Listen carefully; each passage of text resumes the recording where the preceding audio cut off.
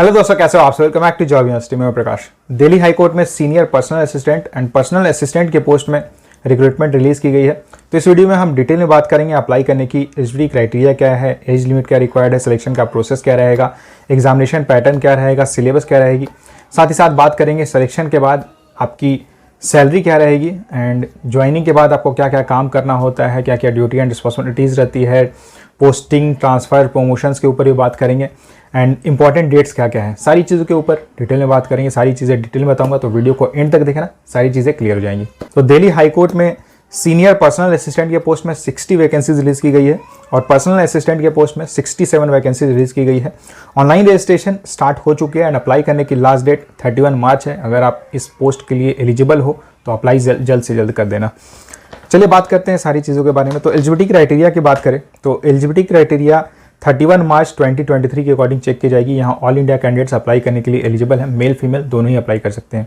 Educational qualification की बात करें तो यहाँ ग्रेजुएशन रिक्वायर्ड है। अगर आपने ग्रेजुएशन किया हुआ है किसी भी स्ट्रीम में तो आप यहाँ अप्लाई कर सकते हो। साथ ही साथ और 2-3 चीज़ों की रिक्वायरमेंट है, उसके बारे में बात करता हूँ।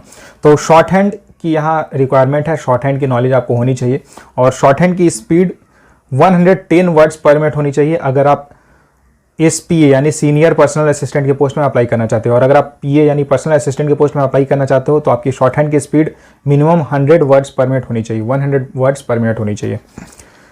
कंप्यूटर टाइपिंग की नॉलेज आपको होनी चाहिए एंड कंप्यूटर टाइपिंग की स्पीड 40 वर्ड्स पर मिनट होनी चाहिए दोनों ही पोस्ट के लिए। और साथ ही साथ आपको कंप्यूटर की जो बेसिक वर्किंग नॉलेज है ये आनी चाहिए। तो दोनों अलग अलग पोस्ट है, अलग अलग वैकेंसीज दोनों ही पोस्ट के लिए रिलीज़ की गई है। और बहुत सारे कैंडिडेट्स का सवाल रहता है कि क्या दोनों पोस्ट में अप्लाई कर सकते हैं। तो हाँ, यहाँ पे आप दोनों पोस्ट में अप्लाई कर सकते हो, लेकिन दोनों ही पोस्ट के लिए आपको अलग अलग एप्लीकेशन देना होगा। एज लिमिट की बात करें तो अप्लाई करने की minimum age 18 years and maximum 32 years है। लेकिन अगर आप कैटेगरी में आते हो तो आपको एज में रिलैक्सेशन मिलेगा और एज 1 जनवरी 2023 के अकॉर्डिंग कैलकुलेट की जाएगी। सिलेक्शन प्रोसेस की बात करें तो यहाँ टोटल 4 स्टेजेस में आपका सिलेक्शन होगा। फर्स्ट स्टेज क्लियर करने के बाद आपको सेकंड के लिए कॉल किया जाएगा एंड ऐसे करके हर स्टेज अलग अलग, एक स्टेज अगर आप क्वालिफाई करोगे तो ही आपको दूसरे स्टेज के लिए कॉल किया जाएगा। तो सबसे पहला स्टेज रहेगा इंग्लिश टाइपिंग टेस्ट, उसके बाद इंग्लिश की शॉर्ट हैंड टेस्ट होगी, उसके बाद मेंस डिस्क्रिप्टिव एग्जाम होगा जिसमें इंग्लिश की डिस्क्रिप्टिव आपकी चेक की जाएगी और साथ ही साथ नेक्स्ट जो 4th स्टेज रहेगा वो होगा इंटरव्यू। और ये जो इंग्लिश टाइपिंग टेस्ट है and English shorthand test है ये क्वालिफाइंग नेचर का रहेगा एंड मेंस एग्जाम में आप जो मार्क्स स्कोर करोगे प्लस इंटरव्यू में आप जो मार्क्स स्कोर करोगे उसके बेसिस पे ही आपका फाइनल सिलेक्शन होगा। एप्लीकेशन फीस की बात करें तो general OBC and EWS candidates को 1000 रुपीज़ एप्लीकेशन फी पे करना होगा और बाकी कैंडिडेट्स को 800 रुपीज़ एप्लीकेशन फी पे करना होगा। पोस्टिंग की बात करते हैं तो देखिए यहाँ पे जैसा कि आपको पता है ये जो जॉब है, ये जो वैकेंसी निकली हुई है हाई कोर्ट के लिए निकली हुई है, दिल्ली हाई कोर्ट के लिए निकली हुई है। तो आपकी पोस्टिंग हमेशा दिल्ली रहेगी, परमानेंट पोस्टिंग आपकी दिल्ली रहेगी, दिल्ली हाई कोर्ट में आपकी जॉब रहेगी। तो बहुत सारे कैंडिडेट्स के साथ ये प्रॉब्लम होती है कि वो ट्रांसफरेबल जॉब में नहीं जाना चाहते क्योंकि हर 2 साल 3 साल या 4 साल के बाद उन्हें लोकेशन चेंज करना होता है। फ्यूचर में आगे जाके बहुत सारी प्रॉब्लम्स होती है उसके कारण। तो इसलिए ये जॉब आप वो कैंडिडेट्स जो एक जगह पे रहना चाहते हैं, लाइफ टाइम एक जगह पे सर्व करना चाहते हैं, ड्यूटी करना चाहते हैं, तो आपके लिए ये job one of the best है क्योंकि यहाँ पे आपकी परमानेंट पोस्टिंग दिल्ली में रहेगी। Job profile and duty timings की बात करते हैं तो ये 10 to 5 की जॉब रहती है और ये जो पोस्ट है इसमें मोस्टली आपको क्लरिकल वर्क करना होता है, डेस्क जॉब रहती है। तो यहाँ पे जो अगर ड्यूटी एंड रिस्पॉन्सिबिलिटीज़ की बात करें तो मोस्टली जो अलग अलग केसेस रहते हैं उसके जो फाइल्स वगैरह रहती है वो आपको मैनेज करना होता है, फाइल्स अरेंज करना होता है, कॉपी वगैरह का काम रहता है, कॉपिंग करना होता है।